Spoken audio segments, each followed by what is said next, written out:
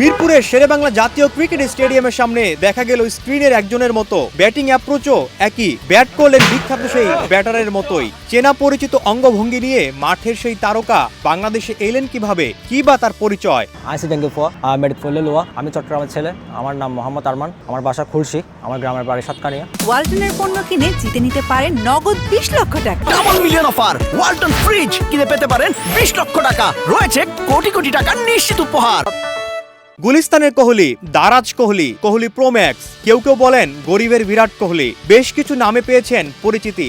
আরমান সেসব নেন পজিটিভলি। মূলত 5 আগস্ট সরকার পতনের পর সামাজিক যোগাযোগ মাধ্যমে ভাইরাল একটি ফুটেজের পর আলোচনায় আসেন তিনি। আমি এটা পজিটিভলি নিই, নেগেটিভ নিই না। আমার কাছে ভালোই লাগে। কোহলি দারাজ হোক বা গুলিস্তান হোক, কোহলি নাম থাকলে আমার কাছে ভালো লাগে।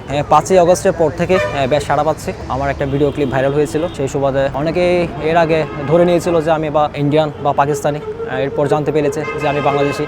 এখনও অনেকেই জানে না, জিজ্ঞাসা করে, সেই সুবাদে বলা। আমার ফ্যামিলি মেম্বার্স, আমার ফ্রেন্ড সার্কেল যারা আছেন, আমাকে কোহলি নামে ডাকতো। কোহলি নামটা শুনতে আমি বেশ স্বাচ্ছন্দ্য বোধ করতাম। সেই সুবাদে সবাই আমাকে কোহলি বলতো, যারা চিনতো। এখন তো পুরো বাংলাদেশ জানতেছে, এখন দেখলেই বলে যে বাংলাদেশি কোহলি আসছে। আমি তো তাকে ফলো করছি, ফলো করতে করতে হয়তো বা তার স্টাইল, তার যে ফেস লুক আমার মতো চলে আসছে। একসময় খেলতেন একাডেমিতে, ডাক পেলে বাংলাদেশ দলে খেলতে আগ্রহ প্রকাশ করলেন আরমান। সাথে জানালেন দেশের ক্রিকেট টিম নিয়ে ভাবনা। ইস্পাহানি ক্রিকেট একাডেমিতে আমাদের ওখানে খেলেছিলাম। স্টাডির চাপে আমার এটা আর কন্টিনিউ করা হয়নি। বাংলাদেশ টিমে খেলার ইচ্ছে স্কিলের উপর ডিপেন্ডেড, তবে যদি ওইরকম আমি সুযোগ পাই বা কোনো অফার আসে, তাহলে আমি চেষ্টা করব নিজেকে ওইভাবে তৈরি করার। বিদেশি কোচ বর্জন করা হোক, দেশি কোচ নিয়োগ দেওয়া হোক, এটাই চাওয়া। বললেন পঞ্চপাণ্ডবের রিপ্লেসমেন্ট এখনো আসেনি দলে, সাকিবের সুন্দর বিদায় চাইলেন আরমান। অবশ্যই লিজেন্ড আমাদের সাকিব ভাই, তামিম ভাই, মুশফিকুর রহিম ভাই, মাহমুদুল্লাহ রিয়াদ ভাই, মাশরাফি ভাই, এদের রিপ্লেসমেন্টও কেউ আসবে না।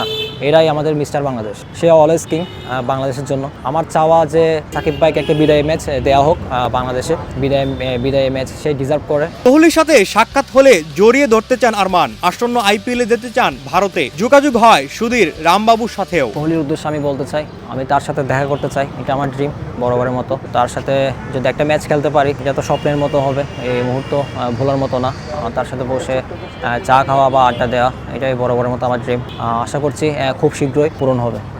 ইনশাল্লাহ সামনের আইপিএলে যাওয়ার ইচ্ছা আছে, যদি ভিসা প্রসেসিং ঠিকঠাক হয়ে যায়। ইন্ডিয়ান অনেক আইকনিক ফ্যান্স আছে, সুধীর ভাই, রামবাবু ভাই, ওনাদের সাথে আমার কথা হচ্ছে। ওনারা বলছে শুধুমাত্র তুমি ইন্ডিয়ায় পা রাখো, বাকিটা আমরা দেখছি। চট্টগ্রামের ছেলে আসন্ন বিপিএলে জানালেন দলকে শুভকামনা। যেমন কিংস, আমি চাঁদগাঁয়ে ভোলা, চিটাগাং কিংসের হয়ে আমি সমর্থন দিব। আশা করছি আমাকে মাঠে দেখবেন, আপনারা দোয়া রাখবেন ইনশাল্লাহ।